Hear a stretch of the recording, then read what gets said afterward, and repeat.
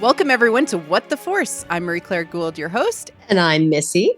And we are following Willow. We are covering Willow from a meta-mythical fairy tale perspective. And wow, have we been given many, many treats this episode with the prisoners of Skellin. Who are the prisoners? What are they? We have lots of thoughts. There's lots of mythical meaning in that title. Oh, yes. Tons. We would love to see you support the show by liking and subscribing. It really helps you keep up with all of the episodes. This one's going to come out early as a holiday treat because of our schedules. Happy holidays, everyone.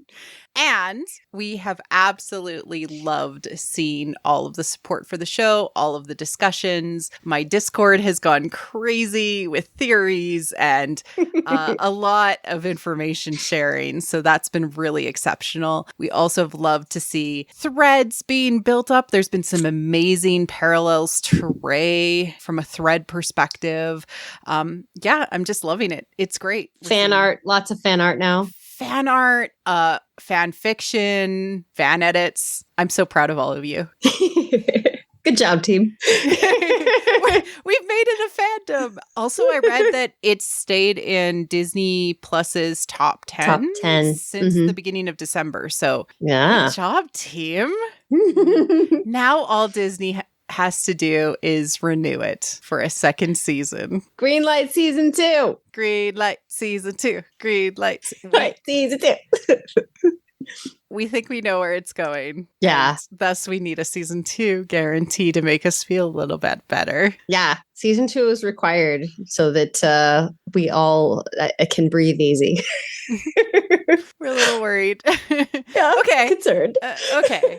Let's get into it. So first, we're going to just talk through 2 comments that we've gotten, 2 question comments. Again, if you have any questions or comments, you can leave those on YouTube, or of course, there's a link to a form in the liner notes. Feel free to reach out and ask us, or just if you want to leave us a nice comment, that's nice too. We've had a lot of thanks for doing this show, which I appreciate personally, because yes, it is a lot of work, but people have been so kind. Missy, we got this amazing thing, which is not actually a comment or a question, but there has been a lot of chatter online, especially on Twitter, about it. Let me just play this. You know, there's a moment where you think the purgation has worked, and you know, as John wrote in the script, Graydon is now sexy. So I don't know how I was able to portray that. I don't think I actually did, to be honest, but like, you know, they straightened my hair, they put a little bit tighter clothes on me, and hey, maybe it leads to sexy Graydon. That's right. That was Tony talking about how now Graydon is sexy. Was in the script. It was in the script the whole time. Okay. Love it. What can we say about this? We were right. Yes, we were right. But I think it's really important that it was so purposeful. That John, Kasdan wrote this in the script, that it was a purposeful choice. After she goes deep, deep, deep down into her subconscious in episode 4, meets her mother, comes immediately back up to a sexual awakening, and the sexiest version of Graydon exists. What do we have to say about that? I mean, we knew. We've been new. Yeah. I think it's mostly just nice because one of the things that we've talked about before is that often the parallels that we point out, or, some of our interpretations, they may not be text and they may not have even been deliberate. That doesn't mean that they're not valid. A lot of times this is subconscious on the part of the creators because, it is just so deeply ingrained in both our psyche and also our stories as a result of that. So a lot of times you will see things happening in stories that maybe weren't purposeful on the part of the creator, the author, but they are there, they are present. And so I think in this instance, seeing that it was very, very purposeful is so validating. And it also provides a lot of confidence in the creators. Like, I trust where they're going to take the story because they are being so deliberate about things like that. It means that they understand the symbolic and mythic languages that they're working with and are pulling on them not randomly to evoke things, but purposefully to layer in what is happening for our characters and the story. And it just amplifies the resonance that we experience from a mythic psychological perspective. So good job. Not that you need to hear that from me, but I appreciate it. So yay. Yay, good job. All right. Our actual first comment is from Eden, who said, could you elaborate / theorize about the tweet about Graydon being possibly the king of the earth while Laura is the goddess of heaven? Okay. So this is a little bit, of course, us speculating based on what we are seeing. I don't mean to say that Allura is the goddess of heaven. She is something more than that, and we're going to get into that in a bit. But what we do mean to say is that what seems to be happening is Graydon is her counterpart. And in that, they are in orbit of each other. They are like binary stars in a way, or in a way that they need each other in a purposeful opposite way. She's sunshine, he's darkness, she's got this fairy and like ineffable quality, as Eric said she had, and he has all of these like slow, methodical comfort actions about him. Yep. Yeah. That's what we meant. And sometimes they will, because they do orbit one another, sometimes they will reverse roles on occasion. So sometimes you will see him being more celestial and her being more earthy. Yeah. She has a mythical role in the text of the story. And so that's why we have been calling out her more celestial goddess type aspects. But because these are also archetypes, they will reverse and potentially play in each other's spaces for a while. But they are connected. That's really important. We're seeing that already. Yeah. All right. This next one was actually from YouTube. So thank you so much for all of those viewers and listeners there. This is from Frem Chen. This episode, I noticed many characters have some sort of form of marking. Allura has the tattoo, Graydon has his scar, Borman has a little scar under his right eye. Now Jade and Scorpia also have the forehead scarring on Scorpia and the carving or the tattoo on the back of their necks. Is there significance to marking characters in fantasy? What do they tell about the characters besides revealing the chosen one or something like that? Do you think that Kit or Eric might have some form of marking too? Do you predict maybe fighting scars in the future? Much love from Germany. Happy holidays. Love this so much. Okay, so we did talk about this with regards to Allura Dannon inside of our Willow 1988 episode, where we talked about how marking somebody with a tattoo or a birthmark like Allura has, or even a scar, is a form of fate, right? This is their destiny. They have some sort of destiny that has come from this. Borman's, we don't know what the scar under his eye is, but he is sort of fated to be a hero. I also think that there is something to do with them all being marked in some way. And I think that we will find out what Kit and Eric's markings might be eventually, or they might give one to each other, which would be really interesting. Is that they're all a marked family, and that sort of makes them all a unit. This is found family. Yeah. Thoughts, Missy? Oh, I think spot on. Yeah. All right. We're going to do Maiden and Mage next, which is part of the show where we call out the ever-changing archetypes of our motley crew.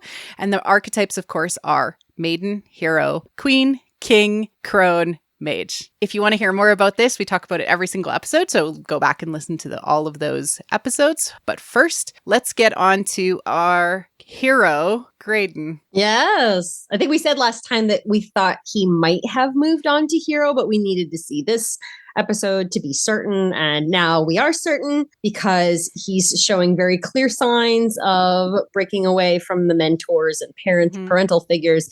He comments that his father told him to murder Borman and kind of laughs it off as, haha, don't worry, buddy. I would never do that. My dad's a jerk. Right. And so, that kind of thing. He goes off on his own, separate from the rest of the group, and he's fine. He's carrying around Willow's staff. He's good. He's become his own man, which is awesome. So he is a hero. That said, he is still kind of trapped in the passive shadow version of the hero. He is a coward. And he's not alone in that, interestingly. No, there is a lot more of those.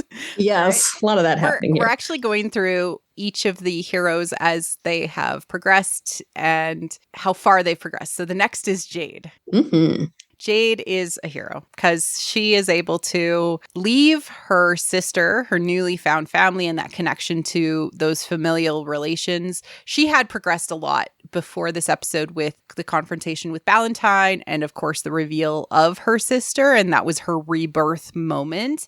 And that enabled her to fully step into being a hero when she enters the underworld again in this episode within the Dread Mines. Mm-hmm. So and I would not say she's a coward. I would say she's a hero. She's a healthy archetype. She was literally the most like well-rounded person. She was the only one who had it together down there. The rest of them were kind of a mess. Like a hot mess all over the place. So true. The next is Alora, which we haven't talked about so much since our in episode 4 or chapter 4, when she transformed into a hero very clearly. Yes. So she became a hero, and that's all well and good for her. But unfortunately, we can see now in this episode, because you have to consider that each archetype and each journey has its own call to adventure, and each one, has its own progression of the standard journey that you would expect. It's a little different for each, but they all still have those exact same stages. And so, Kit's abduction here is what causes her to be called back out of her comfort zone. Now she is challenged again, and she's not handling denies it the well. call the whole she does way. The whole time. The whole time. She's like, denies the call. I am not the person. Like, this feels a lot like episode 2 again. Yep. Right? Doesn't it? Isn't that so interesting? That we get these repetitions of motifs and themes through going through the journey psychologically again. Yeah. Yes. And it's important to understand, it's not a regression. She hasn't gone back to Maiden. She's just a cowardly hero right now. She's not sure how to grasp her power. And this is important because the journey from Maiden to hero is about claiming power, not saying, this is mine, this is what I can do. And then the journey from hero to queen is about how you're going to use that power. And specifically, it's about reconciling power with love. Yes. Which hence all the troubadour stuff. Yes. And she's absolutely refusing to do it. And what's so funny about it is she does actually have the wisdom and the knowledge to understand that love is in fact the source of power. She said as much last episode. She said, I believe love is the greatest power in the universe. She knows that, but she hasn't yet been able to apply it to herself. Yes, exactly. And so I'm excited to see what they show us, but I wouldn't be surprised if it's something Graydon says to her that evokes her ability to use her powers next episode.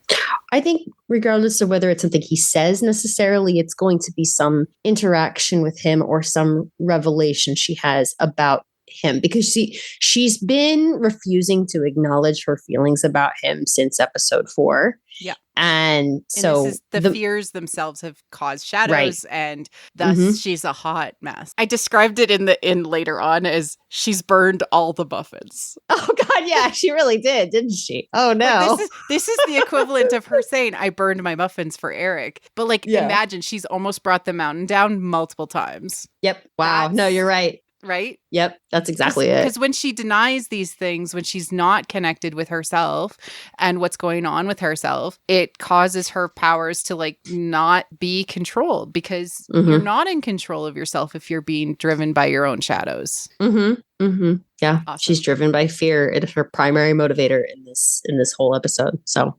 fascinating. Let's talk about Borman. Yes. All right. So Borman, we have mentioned in the past that he has been a cowardly hero for most of the entire show. So much denial of everything. Fortunately, the encounter with Scorpia has finally caused some movement there. So he now is really stepping up. He's trying to redeem himself. She specifically says that if he can save his friends, if he can bring them out alive, then he will be able to redeem himself. This will be the signal that he has become the queen, the protector. Yes. He cares about more than just himself on his own journey. He cares about the family. Yes, exactly. That's what the queen archetype represents, is that you care about the family and the community. And what's really cool is you can actually see exactly what you just talked about. So we talked about them in order. We said, well, it might be a little bit reversed, but that's okay. We said Graydon, Jade, Allura, Borman. I'm going to swap Allura and Jade, but if you look, you can tell how far they are advanced in their journey by the order in which they are progressing through the mountain as they go in. You've got Allura and Graydon, who are the cowards, in the back. Refusing to fight, lingering back there, not wanting to talk about stuff. Borman and Jade up front. Yeah. Right, exactly. Borman and Jade up front, pushing forward because they are the healthy form of the hero at the moment, and they're trying to push forward and become queens. So, so it's very cool that you can actually see that progression, physically in their blocking. And mountains are like really good symbols for psychological change journeys, because you climb them and you can slide back down, but you have to keep on climbing, right? It's slow, it's methodical. What's really interesting that it's also a reverse journey down to the subconscious within the mountain too, which is also important. And this is going to get to something mythically that's happening in this story that I'll talk about in a few minutes here. This is very cool. So that's what's happening with those 4. And then the last one that we wanted to mention was Scorpia. And we did talk a little bit last time about how she is a queen. I'm going to specify that prior to the rest of the group arriving, prior to Team Willow's arrival last episode, she was a snow queen. She was sort of, you entered her boundaries and she punished you, but she was very protective. And exactly. Yeah. She was jealously protecting her brood, all of the Bone Reavers. They didn't want to associate with the outside world, didn't trust anyone. She was just purely protective, very similar to Sorsha with the barrier in many ways. So now that the outside world has come in, and this is what typically will cause a queen this is her inciting incident to cause her to start to progress toward king, will be an invasion, a literal invasion. So they've been invaded first by Team Willow and then by the trolls coming in, taking people away. So now she is forced to encounter this. There is no other leader who can do this for her people. She's it, which means that she has to step into the role of king. While she's been resisting change because she's been content, she can't do it now. The other part of the journey to queen is journey from queen to king is they must leave the domestic world for the monarchic world. And what's incredibly cool about this is the scene in which she decides she's going to save all these prisoners in Skellin happens on the, quote, the coronet level. And a coronet is a crown. Oh my God. She's seizing the crown. It's so cool. So I have different thoughts about the levels later on, but that's so cool. Yeah, so the levels, pun intended, works on multiple levels, but it does. You can do a lot with the level names, but it's very cool. But yes, while on the coronet level, she, says, well, I'm going to save them all. Yes, it's very cool. I also want to mention that, the final step for the queen becoming a king is called leading the charge. She realizes that she cannot be the only defender, the only protector. She must lead her children, which is, as we said last time, the Stormtrooper Rebellion. Or the Bone Reaver Rebellion. Bone Reaver Rebellion. And so this felt so much like Solo, which of course was written by John Kasdan and Larry Kasdan, of course, right? So the droid rebellion that happened in the mines, which is literally like one of my favorite Star Wars moments of all times. Like I died when this happened. I died like of happiness, not sadness, but it was amazing. And I know we probably won't see it, but we'll hear about it later, and that's still really good, right? Yeah. We know what's happening. This just makes me want more Willow content all the freaking time, not just season 2. I want a comic. I want books. Like, let somebody write this Scorpia book. Oh my God. It would be give it to me. We did want to briefly mention Willow and how sad we are that Willow is still a hermit. Yeah, poor dude. He's just like, he's stuck in that hermity crone phase, and he really hasn't had any movement for most of the show, and that's unfortunate. I would like to see more from him. To kick him out of it, maybe. I'm trying to figure out there, because it always is a hero that kicks you out of your hermitage as a crone and brings you back on the journey so you can become the mage. It could be Graydon too, because I think one of them. Well, but I think that Graydon is on his way to becoming a sorcerer himself. I think he's going to clearly show an aptitude for magic very soon. He is actually Willow's true apprentice. He is Willow's true apprentice. Absolutely. And you know that because he's carrying around his staff the whole time. But what happens? He actually tosses the staff to Willow. Yeah. And so that to me is sort of showing he's going to encourage Willow to, break out of this phase finally. So we'll see. But this is a very long season just to watch Willow slowly get his groove back. Yeah, it's true. It's okay, though. We're loving the journeys of the other characters who definitely had some growth to go through. Oh, yeah. Oh, man. There's a lot happening. All right, let's dig into mythic inspiration, parallels, and themes. I'm so sorry in advance. There's a lot to talk about, but rich food. Yeah. All right. Don't apologize. People eat it up. There is, so to speak. Consumption. Sorry. Consumption. Oh, consumption continues too. We'll call it everywhere out when we see it. Also, shape-shifting continues. Mm-hmm. Side note. Let's get into the real ones. Okay, there's a theme about thirst and delirium due to thirst. Like, it's sort of paralleled with Eric and with Elora kind of being dizzy and things like that. There's this great line from the American president, and I want to say it and then I want to talk about it. So this is Aaron Sorkin's movie. Okay, so this is Michael J. Fox's speech, right? People want leadership, Mr. President. And in the absence of genuine leadership, they'll listen to anyone who steps up to the microphone. They want leadership. They're so thirsty for it, they'll crawl through the desert towards a mirage. And when they discover there's no water, they'll drink the sand. Okay, let's talk about this. This is not actually about leadership. This is about guidance and knowing where to go as a human, what to believe in. And we always end up pulling on the wrong sources if we don't trust what is on the inside. And Joseph Campbell has a lot to say about what to trust and how to know what is good.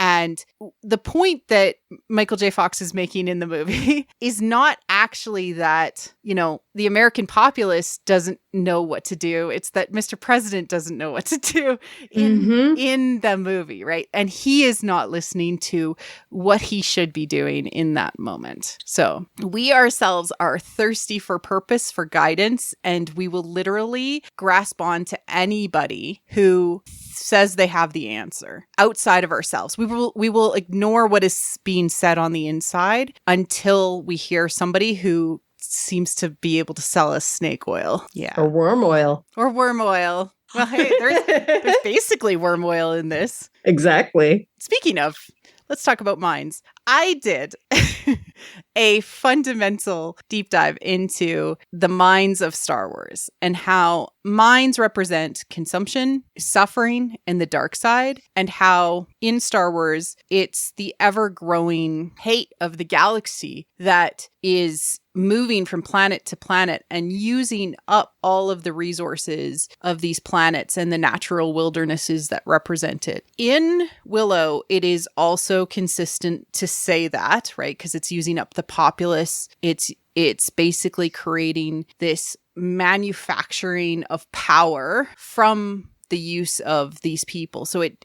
fits, right? It's also the dark side, but it actually takes it to a next level in Willow, which is really fascinating, where it is taking the consumption aspect, using up people's energy and transforming it into more powerful hate. And it's the line that the troll uses. And it's almost like in a factory type setting that turns it into the elixir, and it makes them powerful. It makes the trolls powerful, but it doesn't make anybody else more powerful. The quote is, mines are the worst. Well, the worst is where the money is. That's from Solo. But I would like to add, but it's also where they get the power from others. And to me, from a metatextual perspective, I said that the trolls, getting in the way of our Tanthamors kissing. This is the YouTube hate factory. It is. It's how hate is manufactured and makes those trolls stronger. We allow it to happen by feeding it. Yeah. And it's true, because they're so cruel, like, and bigoted, like referring to no one's as pecs and talking down to them like they're children and things like that. It's it's really it's a big metaphor in the story. It's a big metaphor in our psychology, how easy it is to feed those trolls inside of ourselves. And then it's a big metaphor in the metatextual out there on the internet world. We feed the trolls, and thus they become more powerful, and then they turn it into a business. He's literally the chief administrator. How gross. Yep. It is. All right. We also have amazing mythic situations with the catabasis. So that is, of course, our lowest point when we journey into caves in the underworld, and thus the subconscious from a hero's journey perspective. To transform, you must go into the dark. Perhaps this episode could have been a little less dark from a lighting perspective. Yeah. But we get it. We just wanted to see Christian Slater, guys. Yeah, he's so cute. He's so cute. All right. I do have a quote from Iona Miller. These stages are necessary. Confronting that which has been rejected or repressed is essential to becoming whole. This realm of the shadow can often provide more real substance for the spiritual quest than mimicking the teachings of a spiritual master without really changing oneself. Awesome. Any questions, thoughts, Missy? No, but I did want to also take this opportunity to talk about how the other way in which sort of the descent and the cave appears is in the heroine's journey. Right. And so I want to talk about how that's related to Allura, without going into too much detail on the heroine's journey in general. And if you want more information on that, definitely check out the rest of the What the Force channel, because there's lots of great information on it. You can also check out Wit and Folly's channel, which also has a lot of great heroine's journey stuff. But in relation to what Ray goes through, she has some amazing videos, or just read Maureen Murdoch's heroine's journey. Right, exactly. So depending on the time you have available, you can do a deep dive, or you can get the high level. But what we wanted to talk about is that when Allura was able to, using her own power, draw the evil from Graydon, that was sort of her illusory boon of success there, where she, I did it, yay! And so, and then they spent some time in the Wildwood where she got to feel powerful, and she, it was great for her. And then she got pulled away from that comfortable place and into the mines, and all of a sudden now she's not as confident, and now she's not sure she knows what she's doing, and she doesn't feel as powerful. And so this is a moment where she again becomes a coward. She is now the cowardly hero, and she says no a lot. Every time anyone asks her, to do something, she says no to it. And so now she's descending into the cave. She has to kind of explore all of her own shadows, her own demons, and she's going to try to just understand herself, even not deliberately necessarily, but that's what's going to happen. She's going to have to understand herself. Compared again to Ray's journey, this would be her mirror cave as she descends. When she descended into the dark side cave. Yep. Exactly. on Acto, and she looks and sees her worst fear.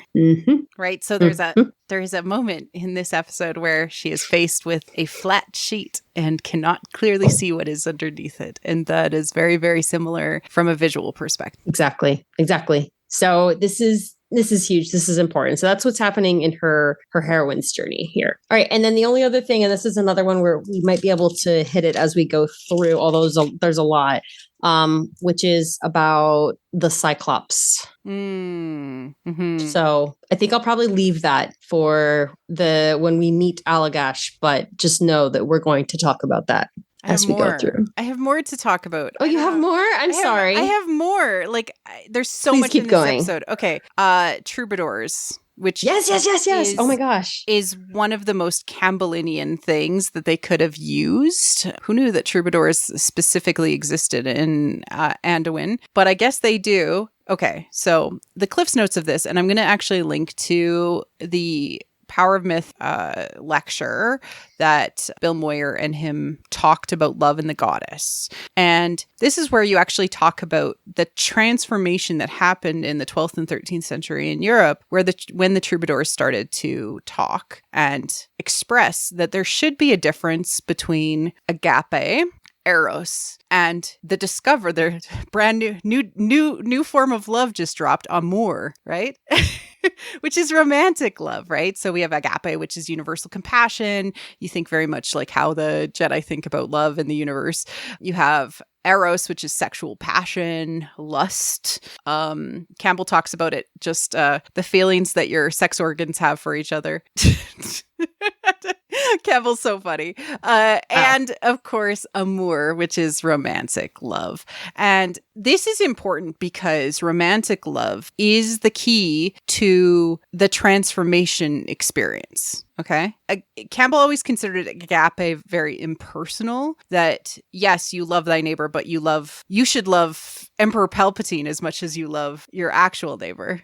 Right? You love everybody. That is unconditional love for everybody. And George Lucas was a big believer in that from a fundamental perspective. When you learn to love another person in a romantic way, it's through the eyes. The eyes are the thing that leads you to find that other person. And through the eyes, you actually see yourself reflected in their eyes. This allows you to not only have full love for another person, but also love yourself out of that. There's the amazing concept of Tristan and Isolde, which was the first time that people deigned to love somebody that in a story, Campbell loves Tristan and Isolde. Tristan and Isolde essentially committed adultery by loving somebody that the church and their parents didn't want them to marry or be in love with. This is the essence of what has developed into a person having the right to choose what is important for them and follow their bliss. This is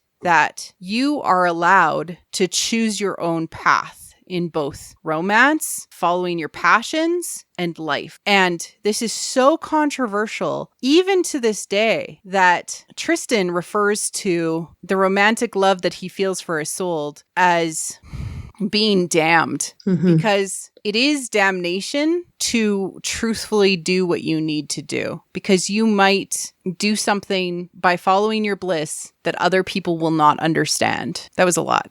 Do you need clarification? So cool, though. No, that's so, I love it. It's so it's cool. All interconnected. Loving another person is the start of following your own path. And to bring this back to the lore, so to speak, remember what Laura said about believing that love is the greatest power in the universe. And remember also that the Lux Arcana is the key to the Chimerian cuirass.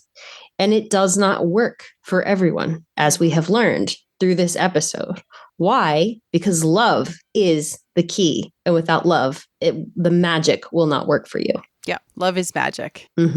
All right, so this also connects with the next one, which is as above, so below. So this is a statement that is often used in relation to alchemy, hermetical knowledge. It's used all over the place, kind of in people who are thinking about how these things are interconnected. And it's very George Lucas to say the Force is in us, but also surrounds us. The Force is everywhere, but also is these little microorganisms, midichlorians, that exist within us. The idea is that the micro is the macro, that which is above is like which is below, and that which is below is like which is above. These are interconnected, and through the right person can imagine the understanding or the Campbellian idea of the Mask of God that says through our own truths, we can walk the middle path and understand that our micro actions affect the macro and the macro actions affect the micro. And it's an illusion that we aren't interconnected. And thus we get Elora Danan having earthquakes. This ties into what Elora Danan means. Yes. In the story. Oh, that's exciting. Yeah. And so just to remind everyone, because I know that not everybody has listened to our analysis of the film itself, but we did talk about this. So Elora means light, and Danan is associated with Tua de Danan, which is Celtic folklore for children of the goddess Danu. So Elora Danan is light of the goddess or goddess of light. She is the soul of the planet, and she is magic textually, even in this show. She has been said magic, you're magic itself. This is why this is really important. Okay, so she is the micro that is the planet or is the journey, is the thing that they're trying to save, right? They're not just trying to save her. When later on we hear that somebody from Mad Mardigan's line must save Elora Danan, it's not just Elora Danan they're trying to save. That's really, really important. She also is something else in this episode. More Earth Goddess-like. Yes, she is. We think she's Gaia in this episode. Yes. So we'll get into that as we talk about it and how it presents throughout the show. Shout out to my Discord. This is the last one, I swear, before we get into the actual show. But we did, the Discord has been really great that with all their theories and all their research. We did actually figure out on the Discord that Immemorial City is from Cthulhu mythos, The Tatters of the King by Lynn Carter, where it's part of the Hastur cycle, right? So the city itself is described in such a way as we see it presented at the start of the episode. And I want to say that they're definitely pulling quite heavily from that text, so you can go and read it and see it yourself. But the point, I think, and this is speculation, is that the worm is in another city. The worm is in another castle. More related to the House of Hastur and the inheritors of such. So the crown is not the final boss. Yes, exactly. So there's definitely more story to tell, I suspect. All right. Ready to get into this episode? So ready. Let's do it. All right. Let's talk about the prisoners of Skellin. Who are the prisoners? We'll get into that. We start not with the prisoners of Skellin, but with Eric, who is looking around this dead city / empire with these whispering, churning clouds above. And the door opens and it whispers in the crone's voice, "Embrace your power." And a couple things we see here. So he is leaning against what at the moment looks like a compass or a clock. And then later, that's what opens to be the vat of vermiscus goo, which we learn a lot more about in this episode. And also the doors that open are those ones we've talked about before, look like an eclipse or celestial alignment to the point of where they even fit into one another like a puzzle piece. So again, they're really kind of like beating us over the head with this particular imagery. It seems very important. And typically, wandering a desert is actually, in some ways, a crucible of transformation, right?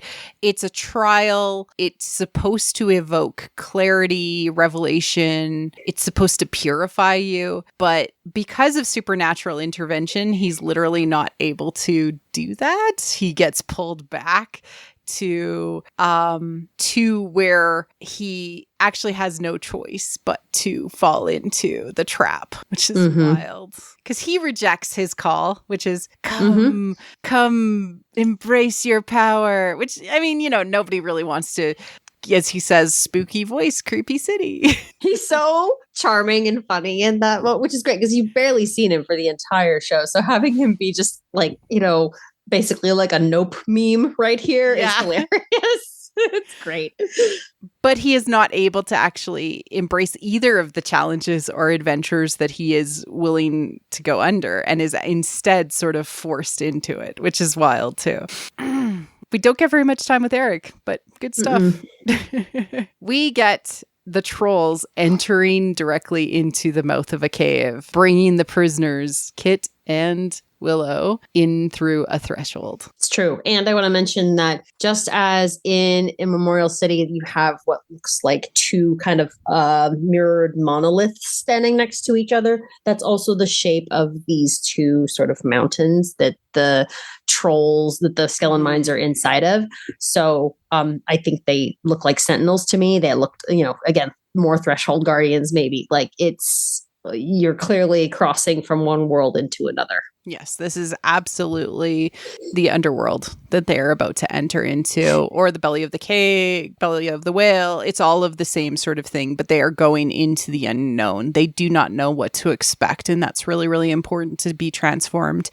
Willow notices that there's prisoners that include Nelwyns. So this was a very much a moment to potentially help him in the future snap out of his hermitage, because he sees the effects of his hermit-like archetype, or how he's decided to behave, which is sort of uncaring. His passivity has created this situation now where his fellow Nelwyns are being imprisoned. So yeah, I would hope that would have an impact on him. Yeah, exactly. We do see kind of a look of the mines themselves, and it is very hell-like, inferno-like, and it has layers all the way down. This is, in so many ways, a way to show that others are using your darkness against you as well in this presentation, right? So all of these people are trapped within the darkness and have never returned to be full and whole, complete individuals. We see Kit and Willow put into crow cages. We're instantly mentally connected to the crow cages of Mad Mardigan at the crossroads. They are presented in that. In fact, they're filled with skeletons except for one, which has a man in it. And Willow wishes he had his wand or the staff or some cane root. Okay. He is relying on crutches for his truth. Yeah. He still is not willing to accept his own power, which is so strange. He really, he's really internalized this belief that he's not a great sorcerer and never will be. Exactly. We have Christian Slater in the guise of a father, because he says, I'm Mad Mardigan, but he also has a different sort of appellation. He is a Cyclops. Yes. Okay. Should I dive in now to all the Cyclops stuff? As we see it. All right. Yes. There's a lot here, everyone, but it all ties together, I promise. So, Cyclops. Most people might think of the Odyssey. I'm actually not going to that particular myth. I'm going to go back to the origin of the Cyclops in Greek mythology. The Cyclops is the son of Gaia. Remember what we said about Allura being Gaia in this episode. He is imprisoned inside of her, and it makes her sick. It makes her sick to have these monsters imprisoned inside of her. Now, again, what's happening to Allura the whole way through this episode? She's basically sick. Yeah. And, so here's this Cyclops in there. And in the myth, she seeks out help from her other son. So this would be the Cyclops' brother, Cronus, in order to help her. And so who does Allagash say is his brother in this episode? Mad Mardigan. And I also want to mention, even though it's just a throwaway line, at one point he says he is Chloe, Allagash's brave little man. Chloe means blooming or fertility. Mm-hmm. So again, also associated with Gaia. Now, who are they fighting in this? Who are they fighting against? Who's responsible for all of this pain? Uranus, or in this instance, probably the Eternal One or the Worm, this, malevolent figure that is trying to destroy everyone. And also volcanic eruptions are said to be caused by the Cyclops. This is very, there's a lot of volcano imagery in this episode. So the Cyclops then, in order to fight back here, arms Cronus's son Zeus to defeat Uranus. So what does Allagash ultimately do? Gives them a weapon. He gives them the weapon. He gives them the Chimerian cuirass in order to fight. He has armed them. This is what the Cyclops does. She also gets Mad Mardigan's sword. She does. Exactly. So later in the tale, let's see, Zeus, who in this instance, Zeus in this instance we are saying is Kit, is able to free their father, Cronus, and then, I'm making sure I get this all right. Cyclops also forged Poseidon's trident. There's a trident level in the Skellin mines. Triton. Yes. And then also, Poseidon actually means earth shaker. So again, there's earthquakes happening all over because of what's happening with Delora. And then last but not least, the other thing that Cronus is known for is consuming his children. Yeah. And everyone knows this because most people have seen the Saturn devouring his son painting by Francisco Goya. And so he eats his children. And this goes back to being just like the House of Atreus that we talked about. Yeah. Tantalos, the name, Tantalus, eating, consuming his children. Over and over again, this appears again and again and again. So the fact that Allagash is a Cyclops ties to so much other mythology that calls up all these exact same themes that we've been seeing repeatedly throughout this entire show. All within a 2-second shot of him with his eye That's patch. That's it. But it's all there. It's all there. It's crazy. It is. And, he also is representative of Mad Mardigan in this whole episode. He fulfills that role by claiming he is Mad Mardigan. He is Mad Mardigan for this episode. I think that's really why they got such a great actor who was associated with sort of 80s heartthrobs, much like Val Kilmer. Like that was very purposeful because he needed to fulfill that role for Kit, for Borman. We'll get into that as dad of Borman as well. In this episode, but he needed to fulfill that, like, I'm your handsome father role. Yeah, which is why they introduced him the exact same way as well. There is a little bit of the same thing that we talked about with Valentine and Jade in that when you meet your father on the road, it is not actually your father. But this plays more into a thing I'm going to talk about in a little bit later on, but the concept that many times you need to understand your father, not just kill him. So that's really key. We get introduced to Lord Ceres, who is the suit of trolls. Chief Administrator, and his brother Falcon, who hates business. It's like making business out of hate. It's wild. Anywho, he talks. We gather you're not from the wildwood. Yeah, you're puny, weak, feeble, runty. I would have said your clothes are stylish and useful. I love this man, or this troll, so much. Like, he's a poet. He deserves to have found his bliss somewhere else and write poetry.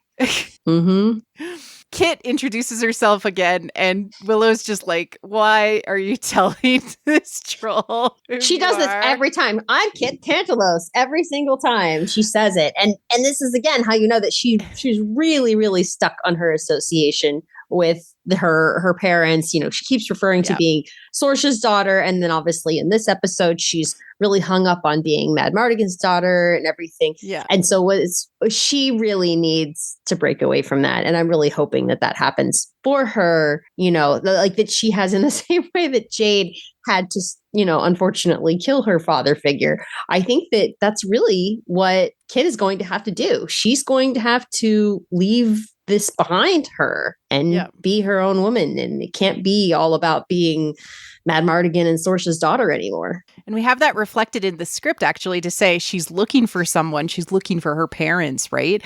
But don't worry, you'll be here for the rest of your life. You'll be stuck if you're just looking for your parents. Yeah, exactly. So good. We also find out that, of course, this troll is not wild about Nelwyn. Oh, yeah. Because so rude. Because, of course, he isn't. Because he's a hate factory. We move on to Borman and team as they are looking from the outside at the dread mines of Skellin. He wants to go in alone. He wants to do this alone. This is so good. Yeah, he does. But he can't because he needs to become a queen and lead others to fight with him. He still thinks he's a hero at this point. He's like, I'm a hero. I'm going to go and scale this mountain, go in. And there's a little bit of, you know, he's starting to get the sense of not wanting to lose the others. He thinks it's too dangerous for all of them in. So this is the start of him starting to care about the team, the family, but also that he has all of this baggage from his previous trip into the mountain. And that means being messy in front of the other people. And he's so messy that he literally has to go up the troll poop chute. He has to go in the way he came out. Ah! Yeah. and literally because he feels like poop about what happened last. Yep. We get Graydon carrying Willow's staff, which is so good, and he's wearing like Willow's cloak over his shoulder, and he's wearing his backpack, so he's like literally like Willow in that moment. Well, and if you actually look at the way that things are draped across him, I actually for a split second I was like, it looks like a Jedi, like a Padawan, like he's officially Willow's apprentice now. He is, and he looks like a slight version of the mage card, the magician card from our tarot, which is cool, which is also associated with as above, so below. Yeah, look at that. Yeah. So they go in, and Allura is in Ray buns. She's got 3 little buns on her head, and I love it. I know it. I just was so excited when I saw it. I was like, she's got Ray buns! Yay! I was so happy. Jade is just like, I'm just here to get my bride / Willow. Yep. I think she actually says, I'm here to get Willow. And Scorpia's like, and Kit? That confused me a little. I thought that was a little weird. I don't know. I feel like it should have been the opposite, but whatever. Should have been the opposite, yeah. Yeah. You know, and let me see here where I got a little lost in my notes. So they go in, and we have this like going up the poop exit. And he's like, I slaughtered their pizzazz. And then he falls through the wall.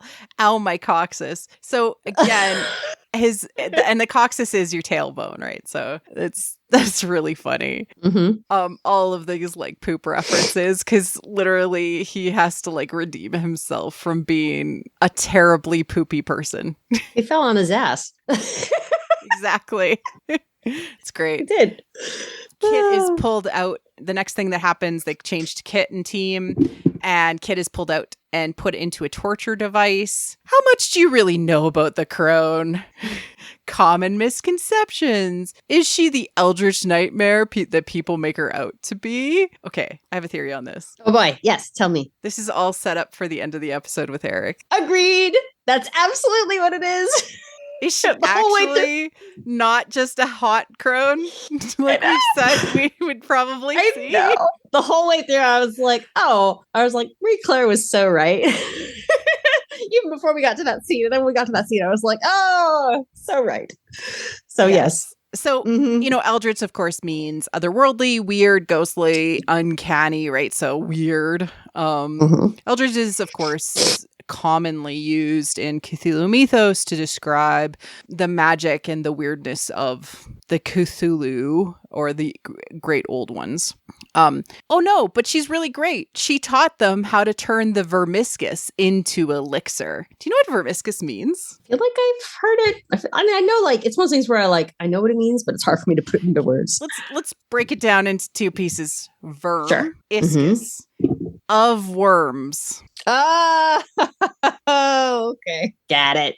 So, of worm goo. Oh my gosh. That's hilarious. So this is the worm's blood, I think. Probably. And that's what cursed Graydon, that's what cursed Ballantyne and the others. The blood. Blood is cool. The goo. So There's creepy. a lot of Ghostbusters 2 in this. Yes, very much. Like the goo that is refined. And then in Ghostbusters 2, they're able to turn the goo against the great old one that is trying to be awoken. Interesting. I really need like an 80s and early 90s movie marathon in order to catch every single reference. There's so many. They instill it with positive vibes and then use the Statue of Liberty to walk through downtown Manhattan. I love it. It's really interesting that they're using the word elixir because elixir in a mythological perspective, a hero's journey perspective, is the secret that you bring back to the community to make the community a better place. It allows you to bring back that secret transformative knowledge that you had learned in the underworld. The problem is that with this elixir, you never want to leave. You never want to leave the underworld. You never want to leave this mountain. You want to be a troll and get its strength from this hate factory. It is such a metaphor for the selfishness and the consumption of the dark side. Isn't that interesting? It's like a new way to talk about it. I love it. And then they try to feed her a worm. Yeah. Like, what? And they're like, we just want to know, was Elora Danon with you? And she's like, oh, is it always about Elora Danon? I know. She's so sick of hearing her name. She's so tired of it. This is so perfect because it's the setup. It is the challenge for Kit. This whole episode. Is it me or is it Elora Danon that my father loved? Yep. Oh, poor baby. But again, this ties back to what we talked about. Elora Danon is the world. So she is. Kit, and I really got the same vibes as how Adam Driver talks about his Ben Solo's parents in the sequel trilogy and how they care about the galaxy. They care about the fate of the universe, Yep. But why didn't they care about me as a kid? Right. So we're getting that same sort of thematic piece with Mads and with Sorsha. Why didn't they care about the kids that they actually had? Yeah. And this is so important because on a couple different levels. So one, of course, is the one that we've repeatedly talked about, which is the consuming the offspring and sacrificing your children for what you believe is a greater cause, which is not only what these characters have done, but on a higher level, this is societally what has been happening and what has been driving a lot of rifts between generations lately has been adult children feeling that their parents' generation has sacrificed their future. Yep. Feeling like, not to get too specific, but you destroyed the planet, you destroyed the economy, you destroyed whatever, like the fabric of society. And, why were you not focused on You're subscribed to that me? Fascist blog. Yeah, exactly. And so this has something to say to us specifically. And that's why, we've said repeatedly, this in many ways feels like a reaction to the sequel trilogy and the way that ultimately it did not call Han and Leia and Luke on their BS. It did not say, hey, you were wrong for abandoning Ben Solo. That was wrong. Putting, all of these other aspirations, even if they were noble ones, above your own child was bad and it hurt him. And he ended up hurting the galaxy worse because you did that. And you could have healed the galaxy by caring for your child. And unlike Ben Solo, who turns into Kylo Ren and takes it out and makes it the whole galaxy's problem. Yep.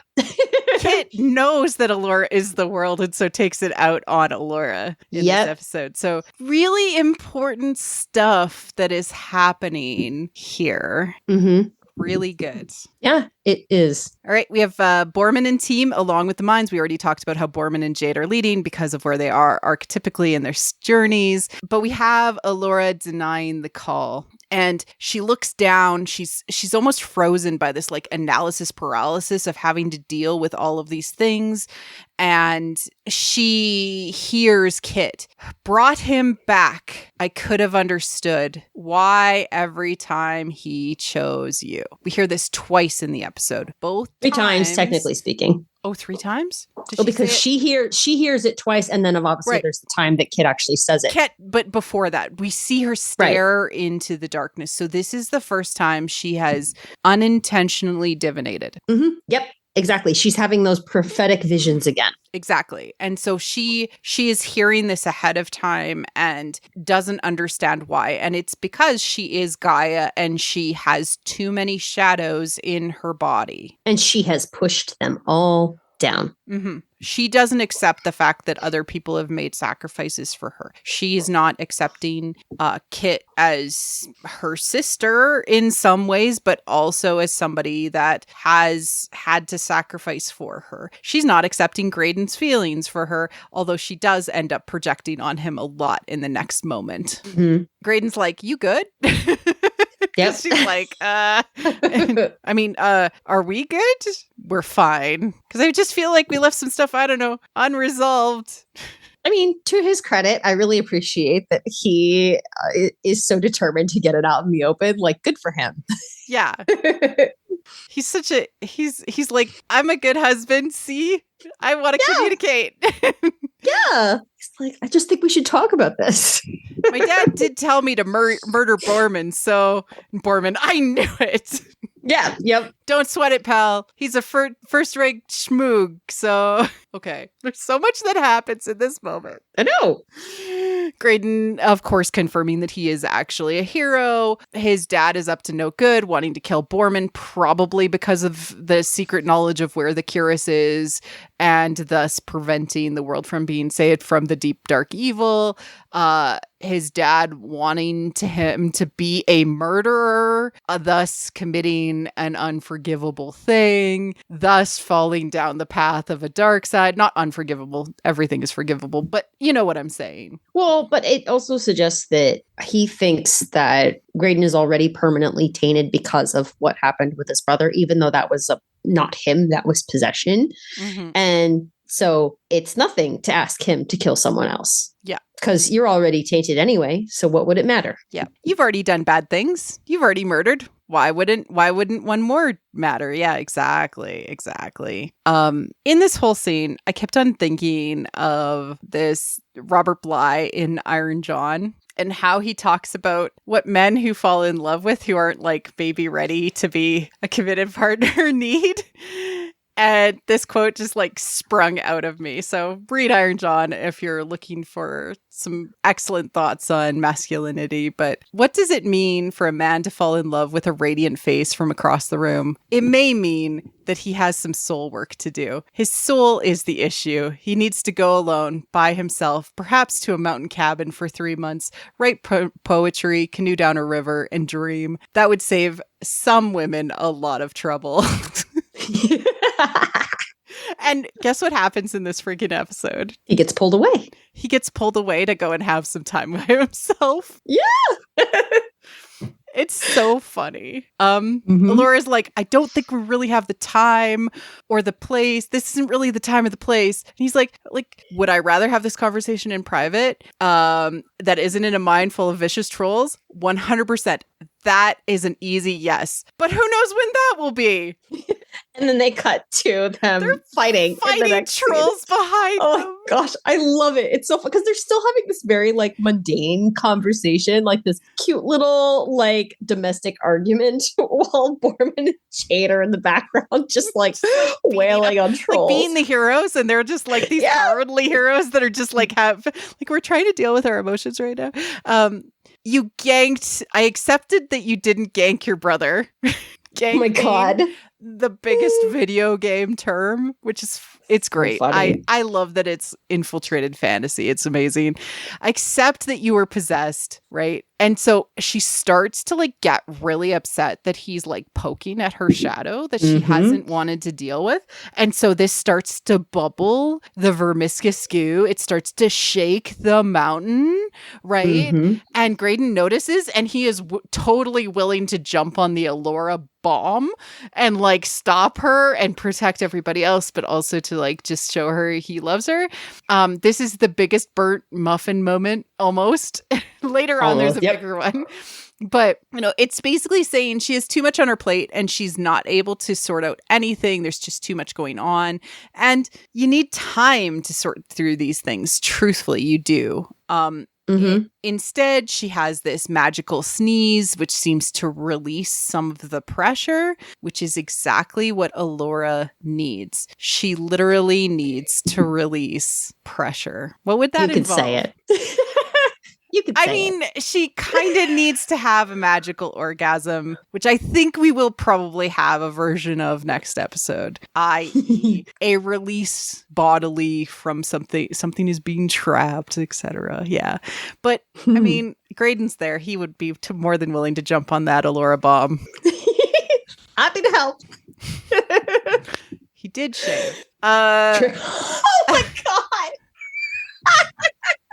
She's just trying to hold everything in too much, right? Like that's the metaphor, right? She needs release, that's true. Right? Like that's like volcanic eruptions and, all of those things. The wand is glowing. Yeah. Anyways. Or as our troll chief troll administrator says, anywho.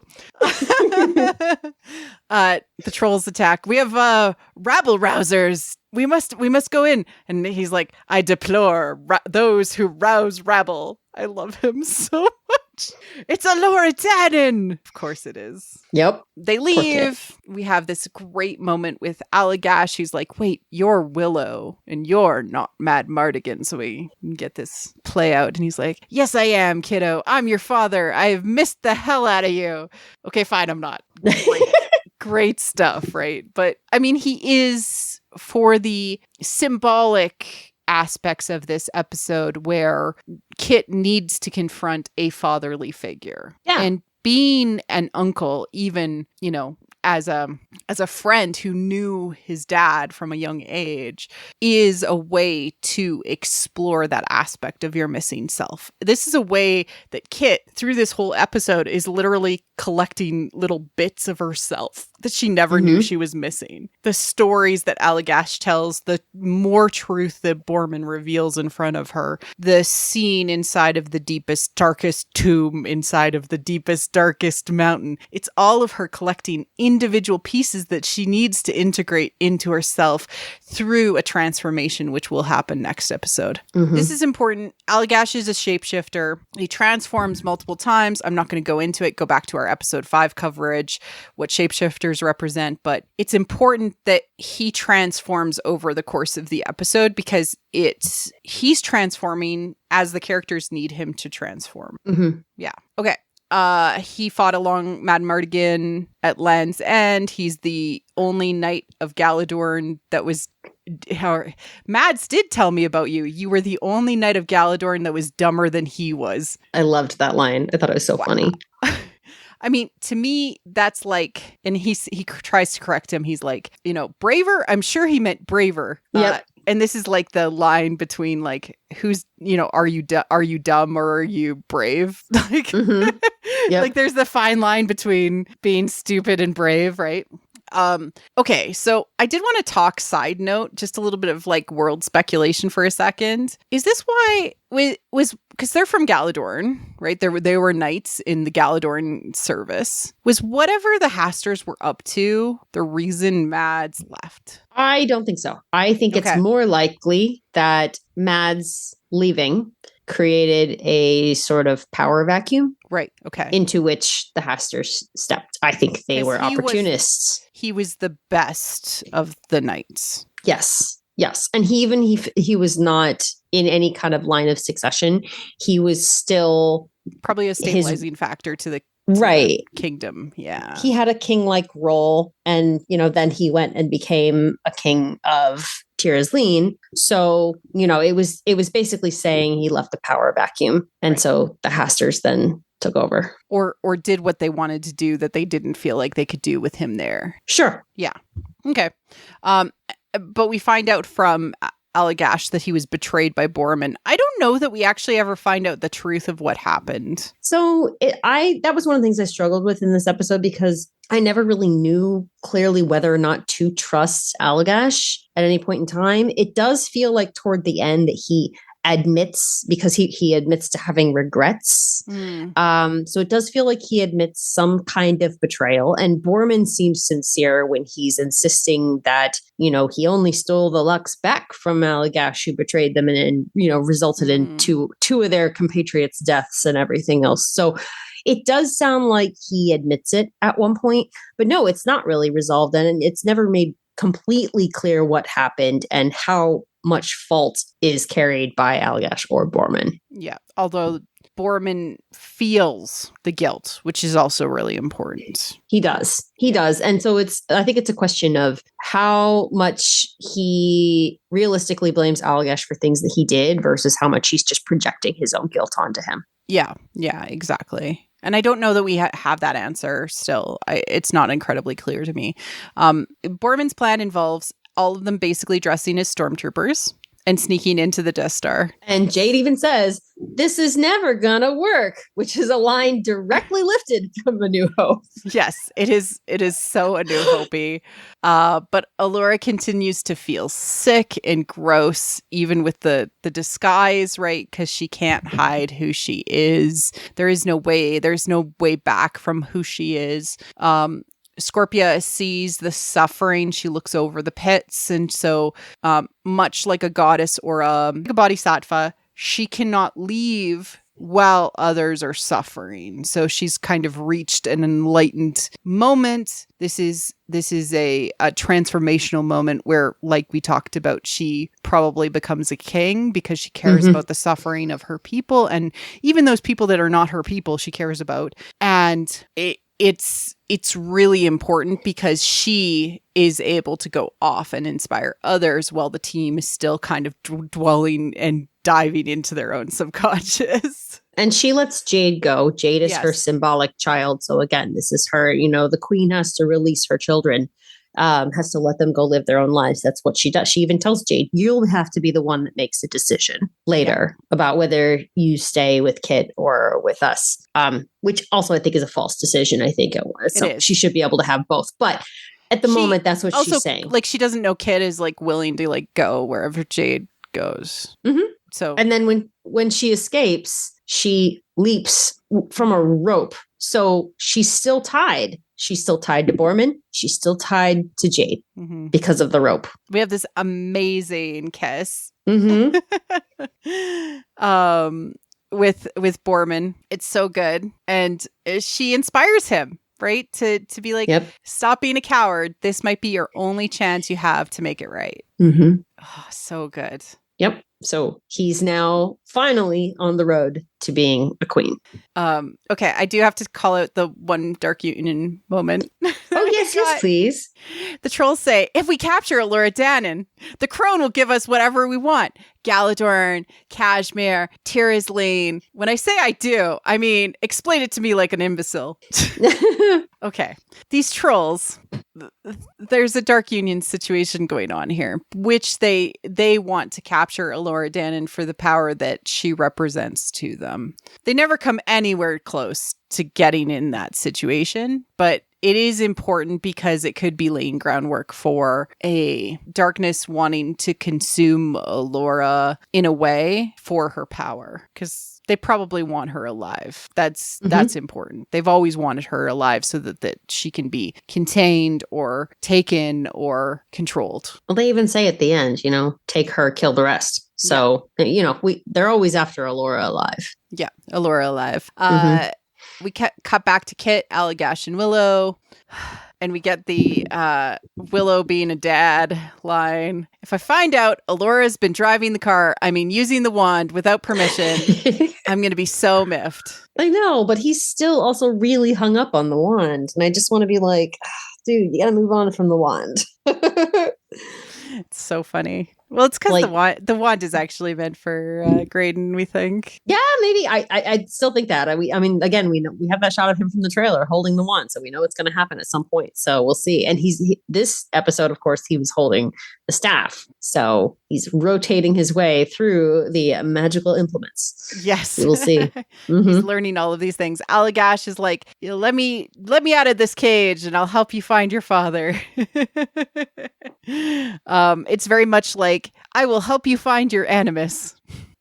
Well, and she does rescue him there. Yes. And this is important because they're in the underworld. And after she rescues him, then he becomes the underworld guide, which is very common a lot of times, because he's mythically dead. And so in a fairy tale, if you show respect to or rescue in some way a mythically dead person, they then offer you a boon. They offer you assistance in some way on your journey. And often they will. This happens with ghosts too, like carrying ghosts. They won't kill you. They'll give you a boon or a gift, things like that. Yeah. The Grateful Dead. That's what it is. Yeah. And suddenly he has two eyes. So again, the shapeshifter, he has transformed. He is no longer what he was. He is now something else. I do think it is important that you said that he is mythically dead. That's the only way I can get over his end. Yeah. In this, I mean, it's important what happens, but again, I can see why it could hurt people, like that he doesn't get out. Well, but it's because there's a few reasons. So the in-world reason is that he is the stand-in for Mad Bardigan because Mads is not there. He also gets stabbed, and so he's like, I can't make it, which is the old excuse. Yeah, but like symbolically, he's Mad Bardigan in this episode. Yes, that's his role. And so because that's his role and Mad Bardigan is not supposed to go with them on their journey, he has to stay behind. So that's one reason. Yeah. And then of course the out of world reason is they do intend to try to bring Val Kilmer in if they can in a future season. They've said that expressly, very, very clearly. And so in order for a second season, so we can see Val Kilmer as yes, please. But in order to do that, and even have a chance of doing that, there can't this be character can't stay. No, there can't be two Mads. So I don't love it, but at the same time, it makes sense. Yeah, I do think it's important what he represents in this story in like very specifically. And they did make a choice to just have him kind of be the shadow archetype of her father. Like it is just that. I love how Mads looks at Willow and is like, Mads told me about you. You are the most courageous man he ever knew with the biggest heart, but you worry too much. Mads has been in Skellin, but it's complex where he is. Okay. There's doorways and passages. Okay. Thresholds, right? Thresholds into a different sort of journey. They lead to ancient places. Okay. Mad Bardigan is in elsewhere, or as Star Wars fans like to call it, the world between worlds. He's in the cognitive realm. He is in the Force. Yeah. And if he's Kronos, then he's in Tartarus. Yes. He's elsewhere. Oh, Mads would prefer you safe, but I'm going to bring you down to the lowest level anyways. He's going to lead them deeper. He's going to lead them to that knowledge that they need. We cut back to Allura and Graydon. He's like, you good? She's losing it. Going to be sick in her suit. Jade's like, unclench. Seriously, you're going to kill us all. Everyone has started to recognize that Allura is connected to this place, right? There's something. And then Graydon offers the advice, when I concentrate on the next one, sometimes I don't sneeze at all. She's like, I'm not going to sneeze. Oh my God. Love it. Oh, Graydon. It's good that you're about to be taken away. I love that they comment that Borman is too tall. It's like the reverse of A New Hope. You're too short to be a stormtrooper. Exactly. So I sell it with the performance. The trolls show up. They're like, you come and supervise the spill on the Triton level. Okay. Triton, one of the gods, the ruler of the depths of the ocean, the son of Poseidon. Oh, noes. Oh, noes. He goes, and he's fine as Yeah. the supervisor of the Triton level. What does this mean, Missy? Well, he's specifically supervising a spill on the Triton level. Yes. Which is like evil goo, vermiscous worm goo. Yep. And he's fine. He's now a god of the depths. So cool. So cool. He's fine. He's just, fine. Just, everyday hero stuff. Just it's all good. Cleaning up vermiscous goo. Okay, we're fine. Everything's fine. How are you? Borman's like, oh yeah, I know where I'm going, but keeps on leading them darker and deeper, and it gets darker. Willow and Allagash escape. Willow uses the old, which way to the loo joke? Let's find Mad Mardigan and get the hell out of here. Finally, to pursue my true passion, songwriting. Freedom! I'm free! Okay. We first get the glimpse of what Allagash's true bliss is, and he gives it to us this whole time. Bad songwriting. He is a troubadour. He is also acting like Mad Mardigan. That's also really key. Very much. The whole way through. Exactly. And they even call him insane, I think, at one point. Like, he has the same vibes. It's great. Well, he even says at one point that he had the hots for Sorsa. Yeah. Borman, Jade, and Allura. We see Allura's hair has started to unbind after taking off the mask and the outfit. And people are like, whatever you do, or Jade's like, whatever you do, don't look down. And she's like, I'm one of those people, when you tell me not to do stuff, I do it. And then you hear Kit's voice again, right? And she's like, oh, maybe I shouldn't have looked into the darkness. Yeah. Every time she looks down, she hears it. Jade slips and falls, and Allura drops the wand. This is like crashing the car from a Willow perspective. Willow's going to kill me. Okay.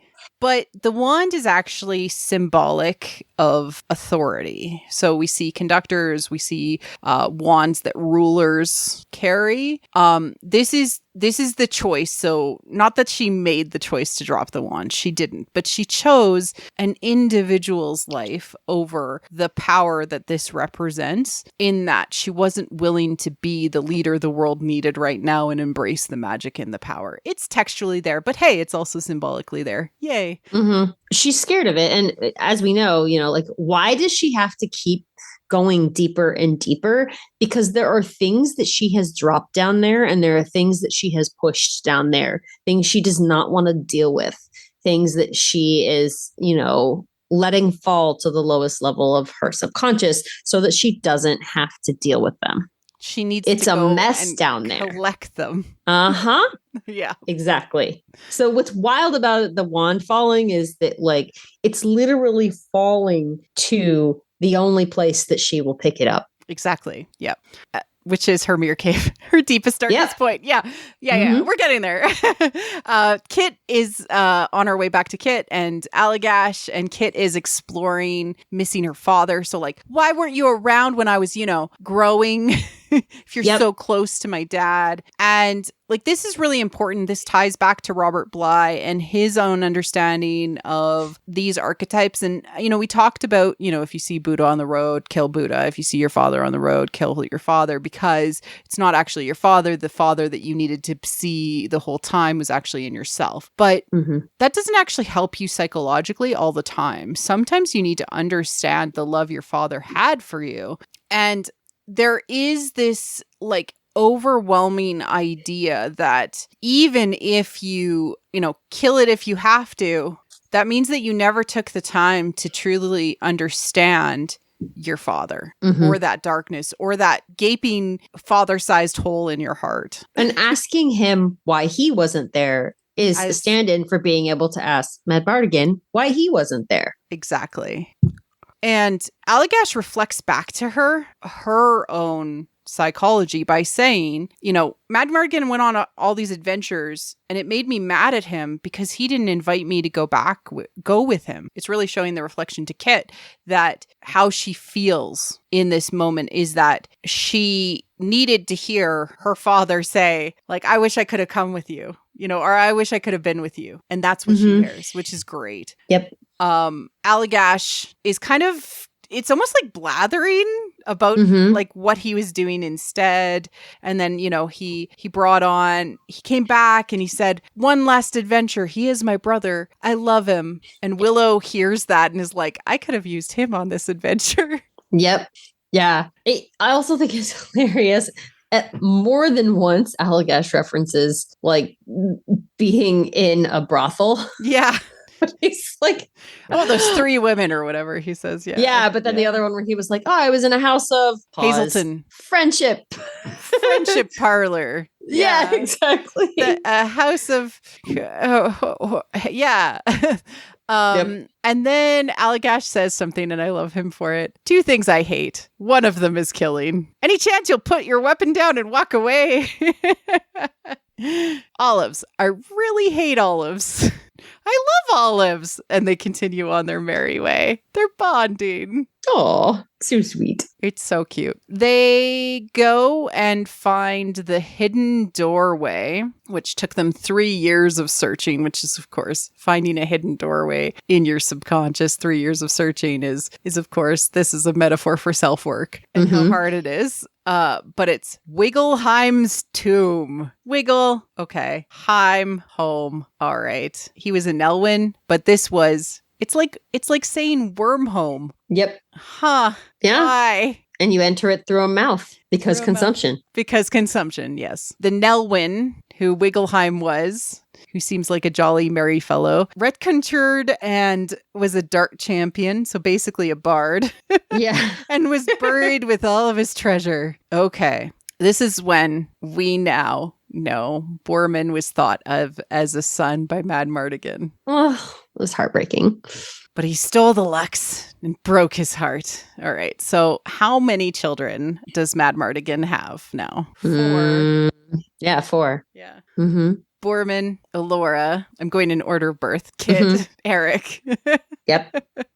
They're all his, family. He considers them all his children. And it just complicates the found family that we have. Now it's just real family. They enter into the hidden cave, hidden doorway area. They're like, what happened here? Fire. More consumption. More consumption. It's everywhere. Everywhere. And he says to Kit and Willow, I must don the cuirass and become the hero I always thought I should be. This is really important, I think, just to call out that people think that like the tool will be the thing that makes the magic happen. The lightsaber. The lightsaber is the thing that makes you a Jedi, when actually the Jedi is on the inside. And that is enabled by the cuirass, not the reverse. And the true Jedi throws his lightsaber away. Yes, the true Jedi doesn't need a lightsaber. Allagash really wants to save the world. It's an atonement conversation. And then Elora feels dizzy again. And she says this panicky feeling happens whenever I get close to ... I really thought I was starting to figure it out. Magic. The harder I try to control it, the more I feel like it's slipping away. Now, what does this sound like? It sounds like the Force again. Yeah. Because the Force is not meant to be controlled. No. You flow with the Force. In so many ways, you are a tool of the Force, a conduit even, right? You have a little bit of control, direction, etc. But it's about the flow, right? You flow with the Force, not try to fight against it or try to control it. Controlling it is the dark side. There's also a lot of this fear of her own power and what it represents and these big feelings that she's been having. You can also read it as the connection to the big feelings that she's been having for Graydon too. Yeah. So we don't know what she would have said when she trails off, when she says, whenever I get close to what? Allura, get close to who? We don't know, but we know that it's all related. That, earlier she told Graydon specifically, I don't want to have the feelings conversation. Like she just straight up shut that down, pushed it down into her subconscious and said, no, she's not going to deal with it. So whenever she gets close to whatever, anything, confronting it, literally anything that she's not comfortable with, she cannot do magic. Yeah. She can't control it. It is out of control. And to your point from earlier, the pressure is building and it's unstable. Above and below connection, right? That our heroes being discombobulated means that the world is discombobulated and that threatens everybody, right? Yeah. And then to me, one of the most important lines of the entire episode, when Jade says, it's this place. You're like, and no, it's Allura me. says, no, definitely it's me. And when she says it's me, she means the place is me. I am the place. Exactly. Also, I am magic. It's all me. Like, don't you understand how much weight is on my shoulders here? I know. I love her so much. Oh, poor baby goddess. And Boorman is really going through it too, because he's like, wait, I can do this. I can save everyone. I can fix it. The biggest mistake of my life. He feels so bad. And then we have Allagash run up to him and say, Boorman, I thought they were going to hug. You big sack of potatoes. And then they start fighting each other in the most ridiculous way possible. And by the end of it, they look like, I don't know, it almost looks like, I don't know, what is it? Kyle and Cartman from South Park, like going, no, Kyle, no. That's what it looked like to me. They're like slapping each other. It sort of reminded me of like when two people are so equally matched, like we got with Rizal and with Bavmorda at the end of the fight. They ended up just like scratching each other. Yeah. Right. Like they're so evenly matched that like punching doesn't do anything. So it's like, they're not going to be able to actually fully hurt each other. So they might as well talk. Kit and Jade have this really glorious hug. They're so happy to see each other. And immediately Willow's like, where's the wand? And she's like, I dropped it. And she's like, you to save me. And Willow's like, I don't care. Where's the staff? Oh, Graydon has that, probably supervising a spill on Triton level. I love it. But it's notable that she's not worried about him because she knows he's going to be fine. And I find that fascinating. She's not concerned. She knows he has it handled. Yeah, she's no longer worried about him since his transformation in the woods. Yeah, she was super worried about him before. Very, very protective of him. And now she's sort of like, no, it's cool. It's fine. He'll be fine. He's smart. He'll be fine. You're in serious trouble, young lady. Thanks, Dad. I kind of miss you too. I missed you too, in a way. What is going on with Willow? I don't know. He's really struggling. He's really struggling to leave his hermitage.